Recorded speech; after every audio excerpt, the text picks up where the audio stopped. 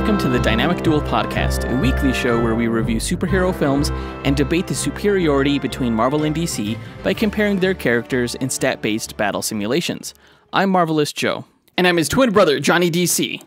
And in this episode, we are going to review the DC animated film Justice League Dark: Apokolips War, which was an amazing movie. If you guys have never seen any of the DC animated movie universe films, I would highly suggest watching a few of them and then checking out this movie, because I consider this animated film to be the equivalent of Marvel's Endgame movie that came out last year. And we gave that film a 5-star rating.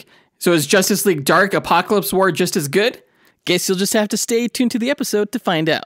Before we get into the review, though, we're going to go over the comic book movie news that came out during the past week, of which there really wasn't much. We got a lot of rumors and stuff, but I think the major news that came out was the announcement of the Fury Files television show that's going to be on Disney Plus starting May 15th. We're going to talk a little bit about that. As always, feel free to jump around in our episode to whatever portion you want to listen to. Our segment times are in our episode description. Real quick, we want to give a huge shout out to Court of Owls, who reviewed us on iTunes. Thank you very much for the review. It always helps, guys, when you're able to rate the podcast or subscribe to us or leave us a review. It helps other podcatchers rate us higher within their own algorithm so that more listeners can find us. Huge help. Thank you very much. But with that out of the way, quick to the No Prize. So a No Prize is an award that Marvel used to give out up until the 90s to fans. Our version, the Dynamic Duel No Prize, is a digital award that we post on social media that I personally draw for those who we feel gave the best answer to our question of the week. Last week's question was, which Green Lantern do you want to be the lead of the new Green Lantern Corps series, and who would you cast? Now, last week we reported on the news that Jeff Johns would be producing the series that's being showrun by Greg Berlanti for the upcoming HBO streaming app. Got quite a few answers here, some really good ones. Let's go ahead and run down the honorable mentions. Our first honorable mention goes to JP Lunai and Bill Hamed, who said that they want Jon Stewart to lead the series, played by Idris Elba. Now that might be difficult because we currently know that Idris Elba is going to be in another DC property, the new Suicide Squad film, where he's rumored to play Vigilante. So if he's playing two different DC characters in a major production, that's probably unlikely to happen. Joshua Smith gets honorable mention, saying that he wants John Diggle to be the primary Green Lantern. I guess at the end of the Arrow show, the character John Diggle found a Green Lantern ring, and the actor is already played by David Ramsey. So since Greg Berlanti headed the Arrow show and is now heading up the Green Lantern Corps show, it might be possible that they're just going to continue on that story. Badir Bangura said that he wanted to see Guy Gardner, played by Joseph Sikora, and Kyle Grainer, played by Milo Ventimiglia from This Is Us. Now, I know who Milo Ventimiglia is from back, when I used to watch Heroes, but I'm not too familiar with Joseph Sikora. I do think that Milo would make a great Kyle Rayner. Yeah, I remember a while back he expressed interest in playing Dick Grayson as Nightwing. Yeah. I always thought he would make a good Nightwing as well. Jacob Bell gets honorable mention for his answer of Hal Jordan, who he wants to be played by Zac Efron, and Jon Stewart, who he wants to be played by Sterling K. Brown. I think there's like a 12-year age difference between Sterling K. Brown and Zac Efron, so I would either go older with Hal or younger with Jon Stewart, but they're both great actors and they're both great characters, so great answer. Well, it could be that Jon Stewart would mentor Hal Jordan, like Hal Jordan would be the upcoming rookie. So I could see those actors in that scenario. Oh, maybe, yeah.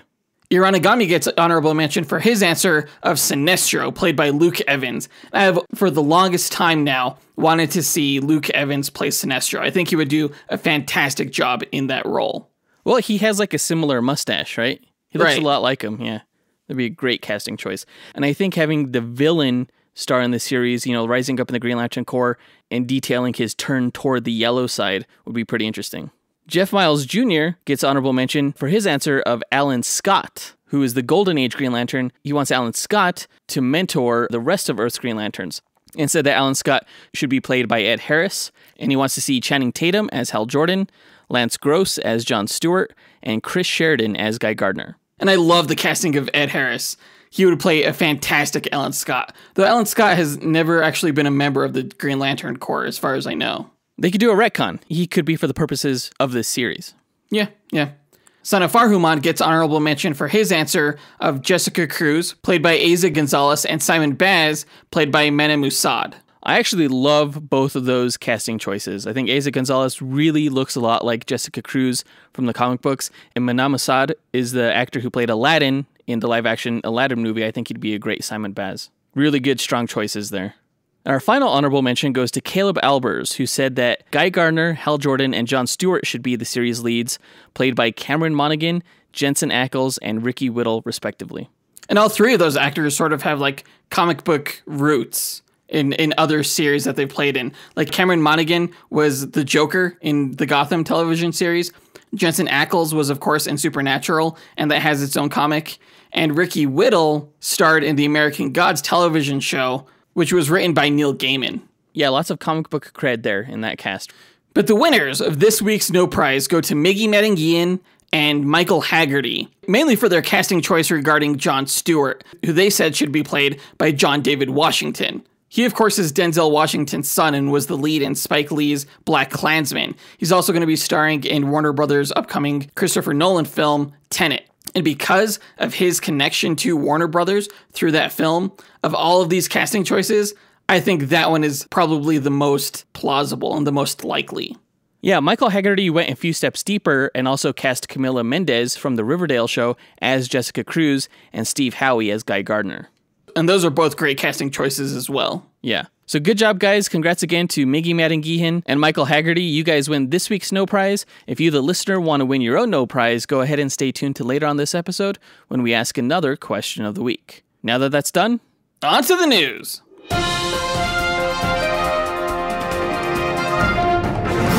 So due to the coronavirus, a lot of shows that are coming up on Disney Plus have had their productions delayed because they couldn't shoot out of fears of getting sick. We know that happened to Falcon and the Winter Soldier. We heard that it happened to WandaVision, although there are some reports saying that WandaVision has actually completed all of its shooting, all principal photography, but both series were previously announced to debut sometime in 2020. We still don't know if that's going to be the case, but nevertheless, it looks like now we do have some new Marvel content to look forward to on the Disney Plus app. And it's coming out this week on May 15th, which is huge. The show is called Fury Files, and it's going to be narrated by Samuel L. Jackson, which is awesome. And it's basically going to be dossiers on the Marvel characters in the MCU. The synopsis reads as follows. You shouldn't be surprised that Nick Fury has files on every single Marvel superhero. Fury Files gives viewers top secret access to S.H.I.E.L.D. intel on key Marvel heroes and villains. All of this is told by none other than the mysterious Fury, bringing together a mix of animation and motion comic art. Looking to download a bunch of information about every single hero? Fury's got you covered. So much like the character profiles and encyclopedias that Jonathan and I got back when we were kids that kind of outlined the comic book characters for us to give us a good jumping off point to get into these heroes, it looks like this show is going to be a jumping on point for a lot of fans that are perhaps new to the Marvel franchise. Which, I mean, to me is kind of surprising that there's like a kid out there who still hasn't seen a Marvel film.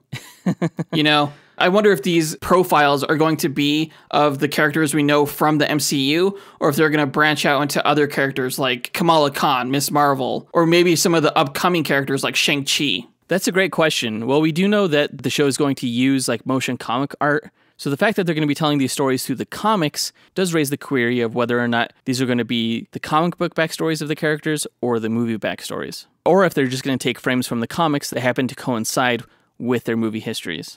If I had to guess, because Marvel's not keen on like fuddling up their MCU continuity, I bet you what they're going to do is focus on characters that have already been featured in the MCU and use select comic panels that kind of coincide with what their MCU histories are. And it might be cool to learn new and interesting things about these characters that we've seen on the big screen already. Yeah, because we don't know everything about their past, you know? They might reveal some interesting tidbits. There's only so much you could show in an hour-and-a-half movie. Right. I'm really looking forward to it. I'm not sure if it's going to be the type of show that Jonathan and I will review, even though we did say that we would start reviewing these Disney Plus television shows. But since there's no real narrative within the show, it's basically just dossiers, which is, you know, something that we already do on this podcast. It's more likely than not that we won't be reviewing it, but we'll certainly be discussing it in our next episode. As long as they don't do like simulated duels, I won't feel threatened by this show. True. Yeah, we will always be your number one resource for superhero profiles, guys. It does seem like Disney put this show together like pretty quickly, just as a means to put like some new Marvel content on their platform before these new shows come out, which is really nice to have during this time of quarantine. But that brings us to our question of the week. What has been your favorite Marvel or DC related media consumed during the coronavirus quarantine? Right, and by media, it could be anything. It could be a movie, a show, a book, etc. Just anything having to do with Marvel or DC. We want to know how you guys have been passing the time during the quarantine. Post your answer to our Instagram, Twitter, Facebook, or email us at dynamicduelpodcast@gmail.com. We'll pick our favorite answer and draw that person a Dynamic Duel No Prize that we'll post to social media. But that does it for all the news for this episode. Again, it's kind of a slow news week. Hopefully some of the rumors that have been swirling around recently either get proven or disproven within the coming weeks. But nevertheless, we do have a lot to say about Justice League Dark Apokolips War, so let's go ahead and get into the main event of this episode and review the film.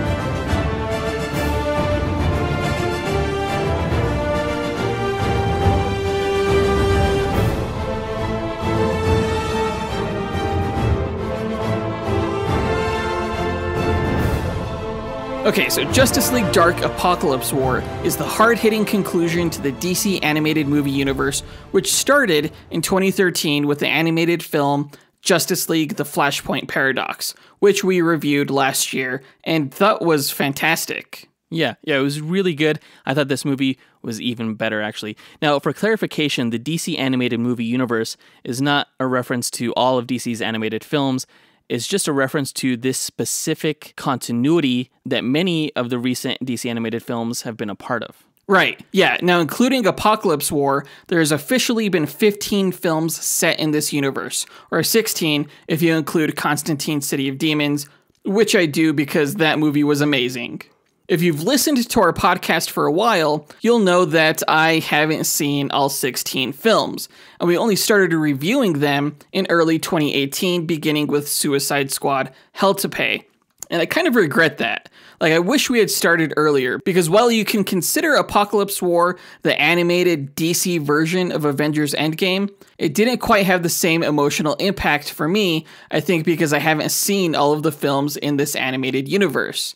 And as a DC fan, I'll admit that I'm kind of ashamed because I really liked Apokolips War, and I know I would have liked it even more if I had seen all of the films. Yeah, watching this film made me really glad that we had reviewed films like Suicide Squad Hell to Pay and The Death of Superman and Flashpoint Paradox. I really wish that we would have reviewed Son of Batman and maybe one of the Teen Titans films before I watched this movie, though. Yeah. That being said, I think I still pretty much got the gist of all the emotional impact and the references. For sure, I did as well. Yeah, I'm definitely glad we got to see the movies we did because they did seem important to the continuity and overarching story of this universe. Right. So this is a spoiler-heavy review, as all of our reviews are. Definitely watch this film before you continue any further, but also, if you want to get the greatest experience out of watching it, don't make the same mistake I did. I'm going to recommend you watch all of the other DC animated movie universe films before this one, in the same way I'd recommend that you watch all of the MCU films before Avengers Endgame. Now, not all of the films in this animated universe are as good as Apokolips War, but most of them are great, I think. I think so far, out of the ones that we've reviewed within this particular continuity, the lowest rated one was 3 stars, which is, still a decent film. Yeah, that was the Suicide Squad film. Yeah. A lot of people complain that the films in this animated universe are too dark, but again, if you want to get the most out of Apokolips War, watch all the films. I actually plan on rewatching Apokolips War again after I watch all 16 animated movie universe films, most of which are on the DC Universe app, I believe. So Apokolips War was billed as a sort of direct sequel to the first Justice League Dark, but I'm not entirely sure why.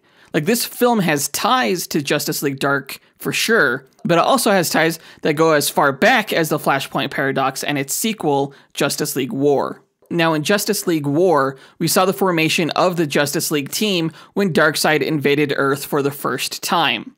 Darkseid, of course, invaded Earth again in Reign of the Superman, which we also reviewed last year.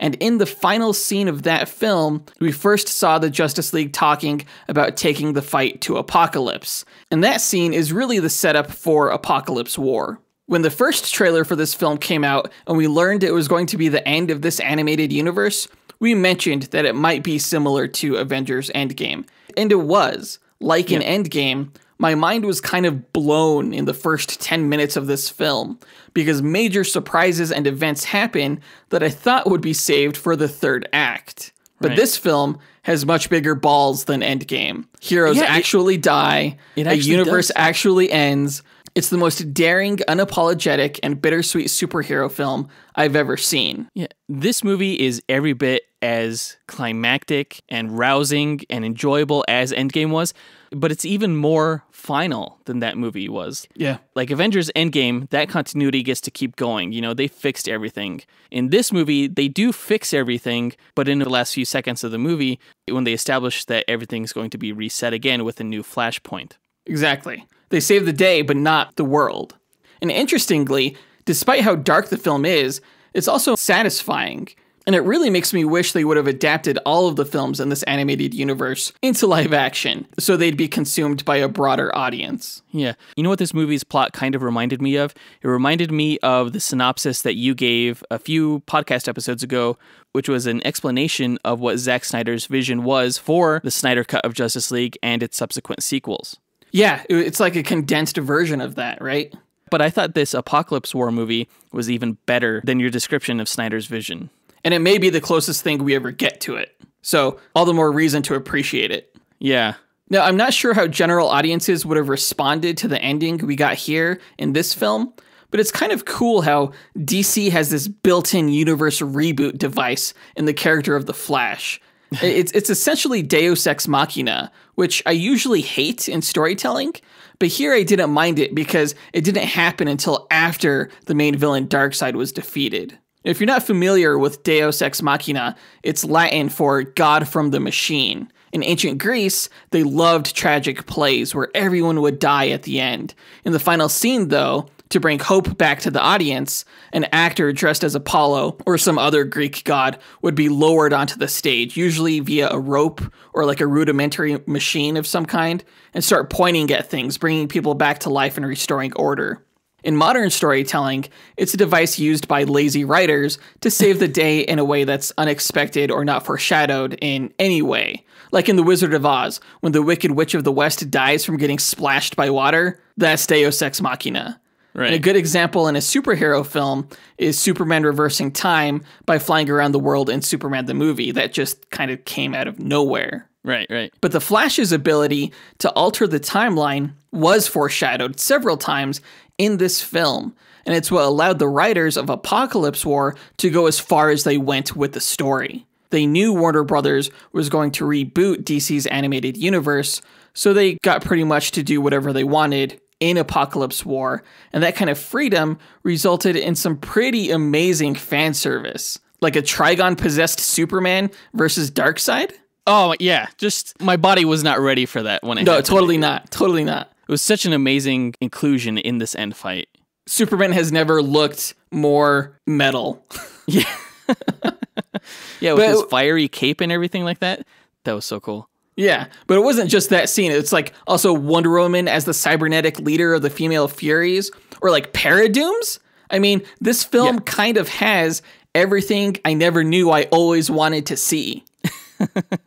I mean, it was almost like an Elseworlds take on things, but it really wasn't within this continuity. And that's kind of what made it so amazing, I think, to me, in the same way that Endgame was. The fan service moments in Apokolips War, they really helped take the edge off of seeing some of my favorite superheroes literally get ripped into shreds. That was so kind of hard to watch. Yeah, it was very graphic. This film is insanely violent. You could say unnecessarily so. Like, it's not as bad as Constantine City of Demons, but it definitely earns its R rating. Well, I mean, when you see Starfire, like, ripped in half with all of her guts coming out of the top half of her body and stuff like that, it's hard to, like, really top that in terms of violence. This is about as violent a movie as you can actually possibly get. Yeah, usually I like to watch these animated films with my daughters, but knowing that this was R-rated and knowing that Constantine specifically was in the film, and after seeing City of Demons, I was like, maybe I better watch it before I share it with my daughters.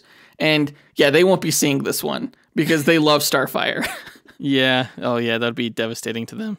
The violence is really my only gripe with the film, other than some of the voice work. The animation was solid, The score worked and the pacing was really good. This is only about a 90-minute film, but it feels longer, and not in a bad way, because like there's so much that happens with so many characters. Wait, this is only a 90-minute film? Yeah. I could have swore it was like over 2 hours. Nope. But I mean, I don't mean that in a bad way. I just, Right. it has so much story to it. I wasn't even looking at the clock. I just assumed that it was over 2 hours. No, it's short. That's amazing. They did a really good job with the pacing. And the characters. There's a ton of characters in this film. But I want to talk about the main four, and we'll touch on how some of the other characters relate and interact with them. Now, the main four characters are sort of proxies for the main pillars that made up the DC animated universe. There was John Constantine, who represented the magic world of Justice League Dark and Constantine City of Demons. Damian Wayne featured heavily in most of the Batman films, such as Son of Batman, Batman vs. Robin, and Batman Bad Blood. And Raven came from the Teen Titans-focused movies, like Justice League vs. the Teen Titans and Teen Titans The Judas Contract. Well, Superman was always a major player in the Justice League films, as well as the Death of Superman movies, but the Justice League featured heavily in both of those films. I want to start with Superman because I think he was the main protagonist of this film. I've seen other reviews of Apokolips War that say Constantine was the main character, but I think because Superman had the most to gain from Darkseid's death, and since he was the one who really pushed the story forward, the protagonist has to be Superman. I would agree with that. Actually, leading into the third act, I was a little bit disappointed by what seemed like such little screen time for the character of Superman. But he ended up playing such a major role within that final battle, more so than I thought he would, that his arc ended up being really satisfying for me. Oh, yeah. That end battle goes on for a really long time, and I'm so glad that it does, because awesome. I thought it was going to end much earlier than it actually did. But then it becomes a whole new ball game once Trigon got released. Yeah, the action in this film, it's really good. It's really good. But the film also has a ton of heart in it. Like, we've talked about a character's literary ghost in past reviews. A ghost is a term used in literature that describes the guilt or anguish that haunts a character from their past and drives them toward action. In the comics, it's Bruce Wayne's parents that haunt and drive Batman. In Apokolips War, Superman is haunted figuratively by the ghosts of every single superhero who died due to his decision to attack Apokolips. That's a huge burden to bear, and he makes it his mission to defeat Darkseid not only to save Earth, but also to avenge all of the fallen heroes so that they didn't die in vain. It's a deeply heart-tugging arc, as are most of the main characters' arcs in this film, and it's an arc that I don't recall ever being associated with Superman. Like, usually, he's perfect. He's a pretty static character. He does good for the sake of goodness, and I guess justice as well. But here, it's that and more. You know, something more personal that's not just, his love for Lois Lane. So because of that, and the fact that Superman doesn't have powers for most of the film, Superman becomes much more relatable here than in most other films he's in. His story arc could have carried the film alone, and I actually would have loved to see them delve deeper into his psychological torment, but there's so much that goes on and so many other interesting angles to this story that it's probably a good thing we didn't get an angsty Superman. Yeah, that's true. I mean, I think his torment was largely inferred. I think it would have been interesting to see more of his story, but it wasn't really necessary considering all of the other characters that you had to touch upon within the film. Exactly. Now, Superman was once again voiced by Jerry O'Connell, and his wife, Rebecca Romaine, returned as Lois Lane. And both of them, they're fantastic in these roles. I thought Lois had a great role in this film specifically. Not only did she have several action scenes, but without her help, Superman's mission wouldn't have been possible. She was the one who was getting intel from Lex Luthor, and it was she that recruited the Suicide Squad and mapped out the plan to take down the Reapers. It was a big role, and it was heartbreaking when she died. I could see how the trauma of seeing her die would snap Superman out of his possession from Trigon. Yeah. Well, she's always been his sort of emotional anchor. Right. And I really like how they established that Damian was Batman's. Oh, yeah, definitely. Like family to the DC heroes, I think, is a huge aspect of their characters. Yeah. Moving on to Constantine, he was voiced by Matt Ryan, who played the character in live action in the short-lived Constantine television series and Legends of Tomorrow. The guy just is Constantine to me by this point, and it's going to be weird, I think, to see someone else in the role when the Justice League Dark live action series comes to HBO Max. Yeah, and it's going to be weird to hear someone else's voice come out of the animated character's mouth whenever we see Constantine again in the new animated universe. Exactly. Constantine's arc in this film revolves around his guilt over abandoning Zatanna, the woman he loved, when she was being attacked by paradooms. Now, the character of Constantine has been known to betray his friends on occasion, so his actions weren't too surprising to me, but they clearly affected him. He's always been a sort of tragic character, so it was nice to see how his story arc turned out, and that his apparent cowardice was caused by magic and the collaboration between Zatanna and Batman, because Batman knew that if worst came to worst, Constantine's talents would be useful later on. Although, I guess Constantine didn't completely escape tragedy, because even though he made it to heaven after he died and got to be with Zatanna, he wasn't allowed to stay. The character's arc is extremely dark and tragic, but almost every character here goes through a struggle like that. You see like Raven about to commit suicide. You see what happens to Nightwing. You see what happens to most of these heroes, and that like this film is almost like an animated superhero snuff film. Like it gets really, really dark, but in a way that kind of leads to this kind of beautiful story of loss and redemption. It's dark, but not necessarily in a depressing way, because by the end, even though everything's not fixed, they are together once again. And I appreciated how they managed to find that beauty in the darkness. It is beautiful. It is really, really heartfelt and really well written. I don't mind a good tragedy, honestly, especially when it's really well done with this. And I think, again, they sort of helped alleviate the darkness and the tragedy of the story by just having some really, really cool fan service moments. And Constantine had some of the coolest moments in the movie, I think. Like one of my favorite scenes with him was when they realized that they needed to take down the third Apokoliptan Reaper, and Constantine was like, all right, sit tight. Then he like sends his astral form to the Congo to manipulate Swamp Thing into taking it down single-handedly. That was incredible. That was amazing. Swamp Thing is so powerful. He was more powerful in this movie than he was even in Justice League Dark. Yeah, for sure. And he died in that film. But as you know, Swamp Thing doesn't really die. Yeah. The characters from Justice League Dark were definitely among the most powerful in the film. You know, again, whether it was Swamp Thing or Etrigan the Demon, who was kind of like Constantine's sidekick in this film. He just followed him everywhere.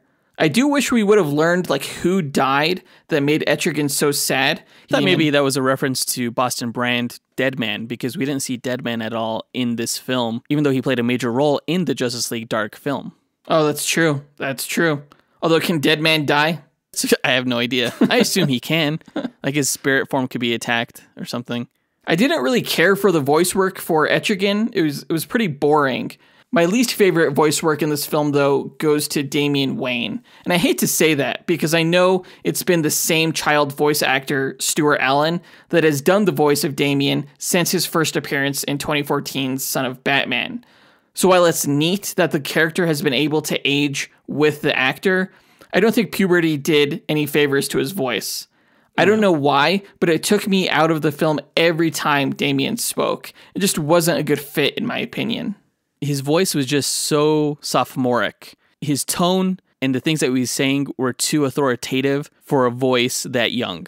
Yes, yeah, that's probably it. I was annoyed by it also, but I also wasn't sure if I was supposed to be or not. I kind of felt like I was supposed to be. Maybe. Although in this movie, I have to say that the character himself was very competent. You know, his actions kind of betrayed his voice. Yeah, his actions were wiser than his voice sounded. Yeah. Damian's arc revolved around the loss of his father. He blamed Superman for what happened to Batman, and in his grief returned to the League of Assassins to become its leader. The reveal of how he kept Nightwing imprisoned, driven insane after Damian tried to save him from death by using a Lazarus pit, just, so sad. Yeah, that really got me. That was a hard moment to watch. Like, Damian was willing to go to great lengths to save his loved ones, and that included going to Apokolips with a man he hated, Superman, just so he could try to save his father from Darkseid's brainwashing, or at least give him an honorable death. I like Damian as a character, and I'm glad I got to learn more about him while doing research for our last episode, Robin vs. Patriot. Yeah, that was great timing, I think, because we did skip the Son of Batman movie, but we still got a lot of that story just by having done that dual episode. Yeah, I've actually heard that those Batman films were pretty faithful to the source material, so I know through my research how much Batman loves Damian. When evil Batman told Damian he was a burden, and when he was just beating the shit out of his son, like really not holding back at all, I felt that. It was just devastating. I was like, he doesn't mean it. And when Damian died in Batman's arms, I won't even try to lie, I cried. I was about to cry, but I really held back because I really did not want to cry. But I definitely teared up at that moment because it was definitely apparent how much Batman was grieving in that moment. And how much Damian loved his father and respected him. Yeah. If anyone was holding back, it was probably Damian. Right. Luckily, Raven was able to bring him back to life with the power of her love. Her relationship with Damian was kind of lost on me. Like, usually you see Raven shipped with Beast Boy. And I'm not sure if the Robin-Raven relationship was teased in earlier Teen Titans films, because, again, we haven't seen them. Right. But I do think that the character of Raven would more naturally gravitate toward a dark character like Damian Wayne. I think when it's like Dick Grayson in the Teen Titans, then yeah, you ship Dick with Starfire, and then I guess Beast Boy goes with Raven because they're such counterparts. But I thought it made sense in this instance for Raven to be attracted to Damian. It just depends on the Robin. Yeah. Raven had sort of the weakest arc in this film. She joined Superman because he stopped her from committing suicide to end the pain of losing her friends and having her father mentally torment her. Her conflict in this story comes from the fact that her powers have weakened due to the constant need to keep her demon father Trigon trapped inside of her head and prevent him from escaping. I totally called it when Trigon was taunting Raven about how he would destroy the world if he was released. Like right away, I thought, oh, they should just release him on Apokolips. Yeah, that's what I thought too. Now, Apokolips's destruction didn't quite happen at Trigon's hand, but he did play a crucial role in defeating Darkseid. Yeah, I mean, luckily Constantine had the same thoughts that we did. Let's get into the story highlights. Now, the film starts off with a quote that the Flash learned from his mother in the Flashpoint Paradox. Accept the things you cannot change, have the courage to change the things you can, and have the wisdom to know the difference. It kind of foreshadows the full circle Flashpoint ending of this film. The first characters we see on the Justice League satellite headquarters are Zatanna and Constantine. Zatanna finishes up a spell on a sleeping Constantine, though you don't know that's what she's doing yet when you first watch it. I thought it was cool how the word remember is so similar, spoken forward and backward, since that's how Zatanna casts her spells, by reciting them backwards. Remember.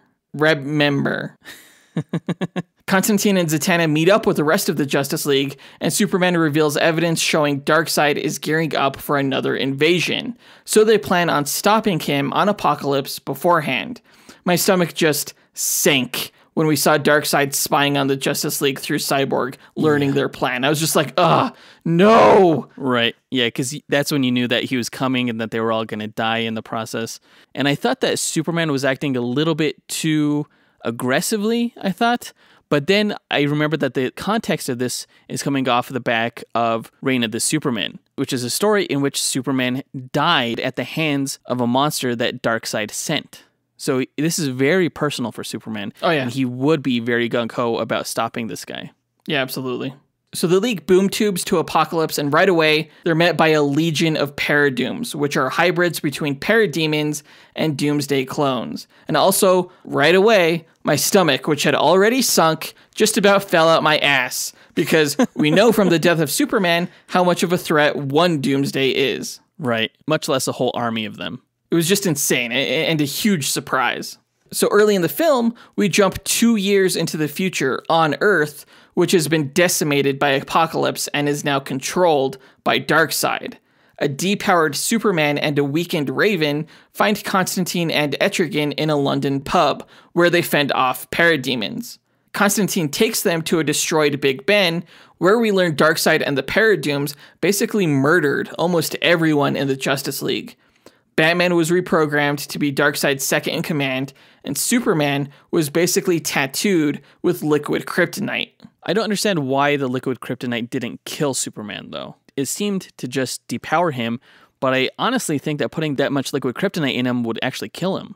I have no idea. It was probably synthetically manufactured on Apokolips. I doubt he had actual kryptonite. It would make sense if it was gold kryptonite, right? Because that's the one that depowers him. Yeah, gold kryptonite is supposed to depower Superman, I think permanently.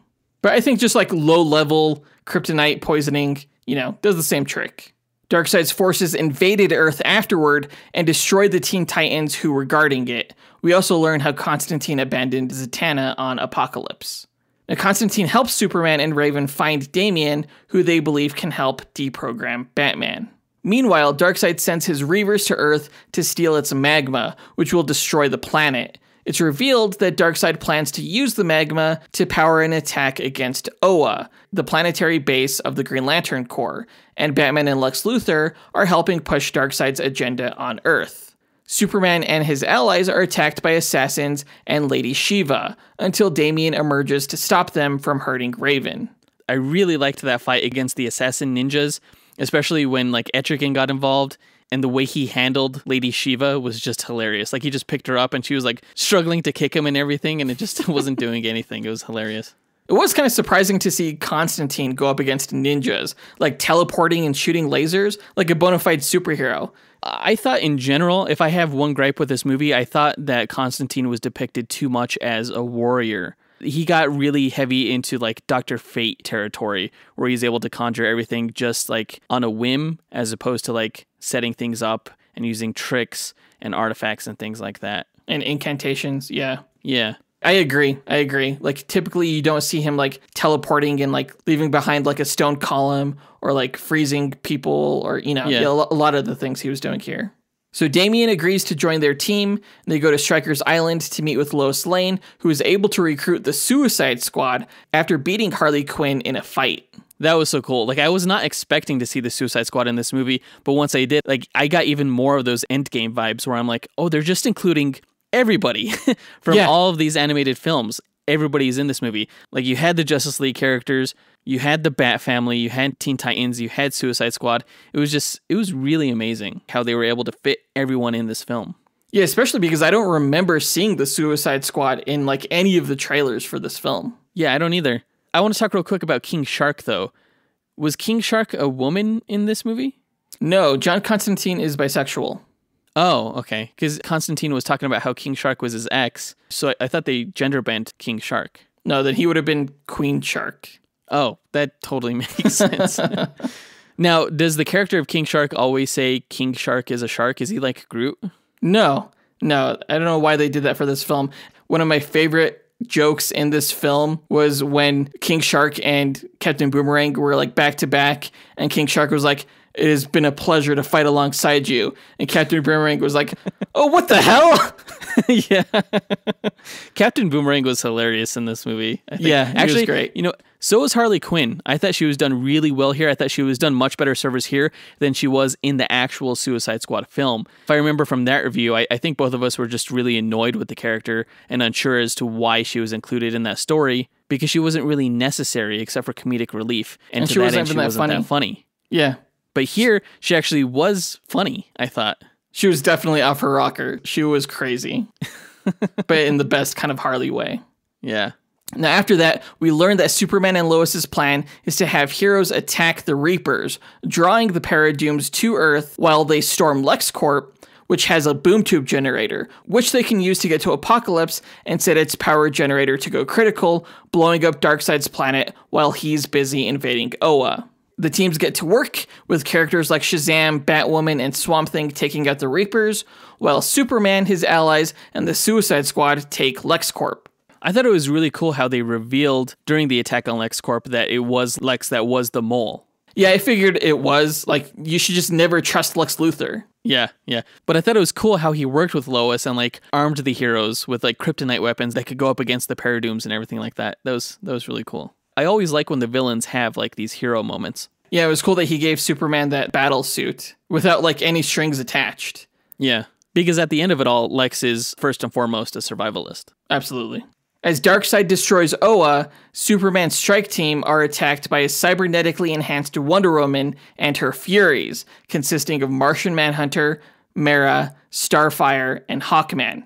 Yeah, the attack on Oa was devastating. The Furies, led by Wonder Woman, were devastating. It was just heartbreaking seeing all this stuff happen. And just when you think there's hope, like when Jon Stewart is going to like finish reciting his line, nope, he's killed.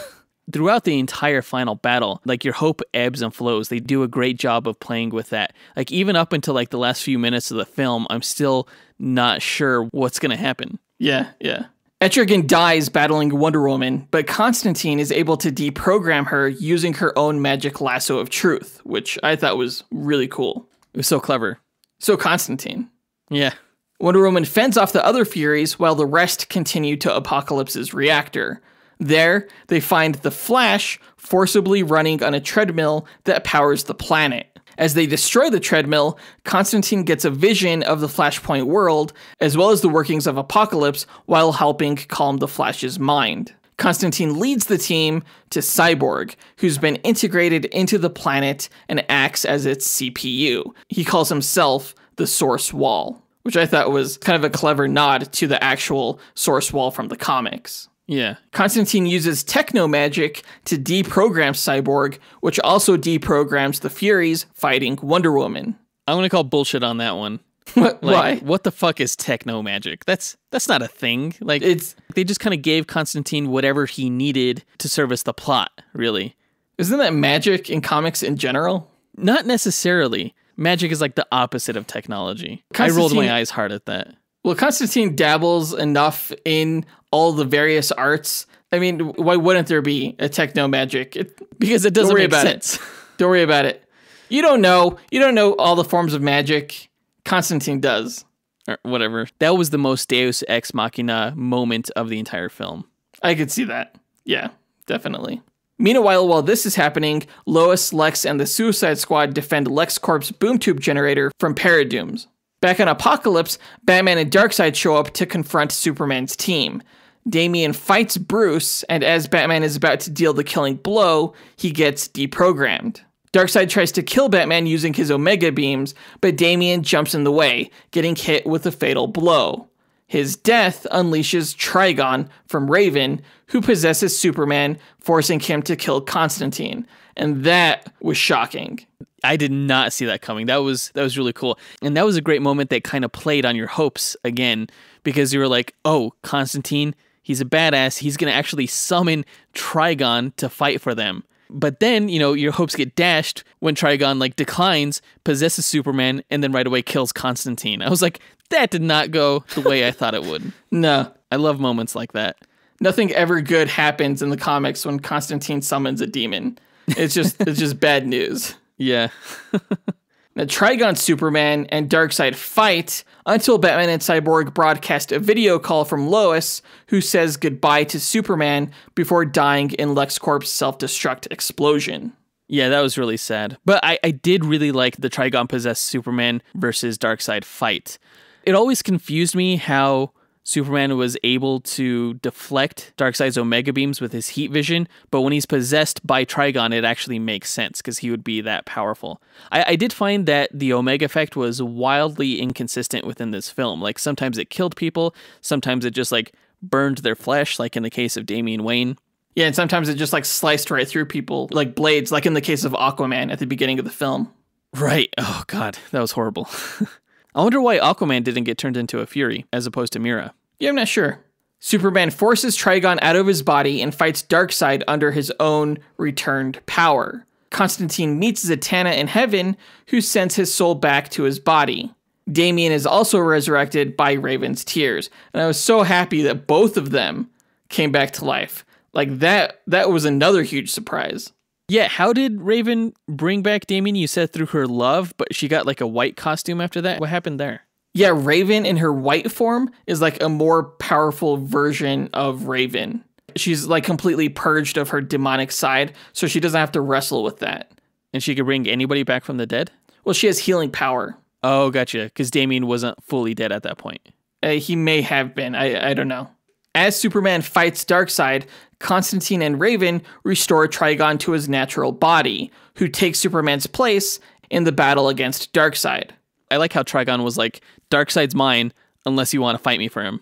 I really, really actually loved how they had Trigon fight Darkseid, because it's a battle that I never would have thought would ever happen. Like, often Darkseid is seen as like DC's most powerful villain. He's like the DC devil, until you realize there's also Trigon, who's probably more like the devil. It was the old gods versus the new gods. Yeah, exactly.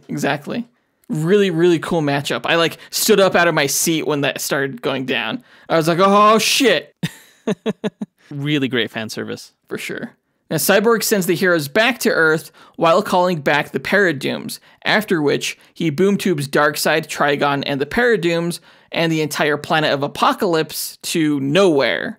What did you think when Cyborg said, "Suck it, bitches"? It should have been booyah. It should have been booyah. Like when he said, at least looks like I get the final word. And that was his final word?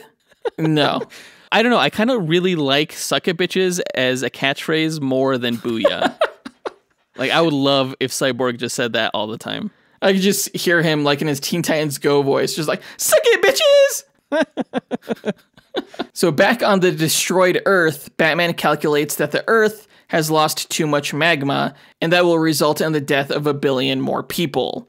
Constantine encourages Flash to initiate a new flashpoint, and he does, running off into the horizon while the other characters look on, getting absorbed in a bright white light. And that's the end of the film.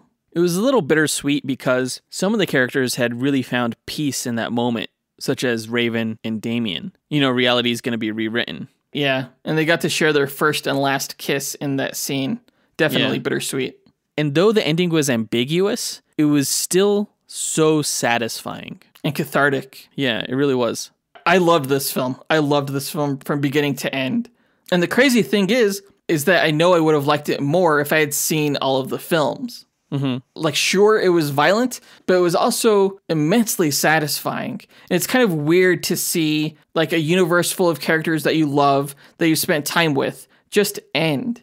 And yet it still be so cathartic of an experience. Right. You're saying goodbye to all these characters you know and love. And it's not even necessarily a happy goodbye, but more of like a relieved goodbye, I guess, because you know that they had been through so much. Yeah, for sure. And the whole film overall was just like a profound experience. Like, I found myself still thinking about the film, like days after I saw it. Like, it still resonated with me.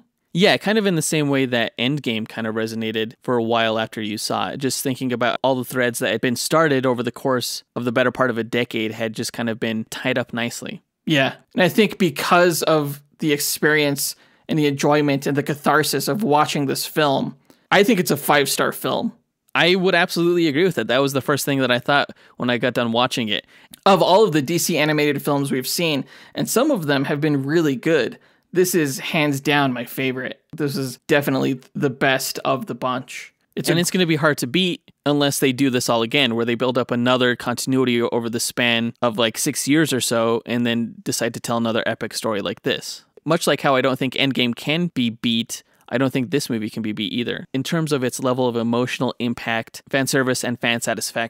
Yeah, I agree. Like, the new universe has really big shoes to fill after this. Like, we can only hope that, you know, Superman Man of Tomorrow, the first film in this new universe, is, you know, anywhere close to this. No. I mean, it won't be. Maybe, who knows? I guess the best thing I could say about Justice League Dark Apokolips War was that I was literally at the edge of my seat from start to finish. It's possible for another movie to do that, sure, like Man of Tomorrow, but it certainly won't resonate as well. This is why continuity is a great thing to have. The live-action DC universe keeps touting its strategy to keep producing these one-off films that aren't bound by a shared universe and continuity. And yeah, it's a struggle to maintain, but think about everything that you gain when you have a long, rich history behind your stories. Yeah, I mean, I can't deny it. There's no denying it at all. Hopefully, live-action DC films will take note of this success and follow suit. Yeah, hopefully this movie is a huge success. I mean, if you've gotten this far in the review and you haven't seen the movie yet, watch the movie. The more people we get to watch this movie and the bigger success the film is, perhaps the more influence it'll have on DC's film universe in general. Yeah. Well, that does it for this review. If you guys have seen the film, let us know what you thought of it by reaching out to us on social media, on Facebook, Instagram, or Twitter, or you could email us at dynamicduelpodcast@gmail.com. Yeah, you can find links to all of our social media accounts by visiting our website, dynamicduel.com, where you can also listen to episodes of this podcast and find links to bonus content and our merchandise store on TeePublic, where we sell lots of merchandise with Jonathan's no prize artwork on it, including t-shirts and mugs and pillowcases and wall hangings and masks, face masks, during this trying time with the COVID virus. Now, for each mask that you buy from us, TeePublic will donate an N95 medical grade mask to Direct Relief for our hardworking medical professionals out there. It's a great cause to get behind, so if you guys need a face mask and you want a superhero related one, please check out our website, dynamicduel.com, and click on our merchandise link. But who are you drawing for this week's No Prize, Jonathan? I think I'm going to draw Etrigan. We did an Etrigan duel against Ghost Rider back in year 1 of this podcast. But back then, we also weren't doing no prize drawings. So it'll be nice to go back and do a character that I never got a chance to draw. Well, when are you going to do Ghost Rider? Never. If we ever reviewed Ghost Rider, I'll do it then. Oh, yeah. Eventually, we'll get to those films. I think Etrigan will also tie in nicely to next week's episode, in which we review Constantine, the 2005 film starring Keanu Reeves. Yeah, it's a nice tie-in to this movie since Constantine played such a big part in Justice League Dark. So hopefully you guys look forward to that review next week. Please subscribe to the show if you haven't already, and if you have, please rate us or review us on whatever platform you're listening to us on. It goes a long way in helping Jonathan and I out. We truly appreciate it.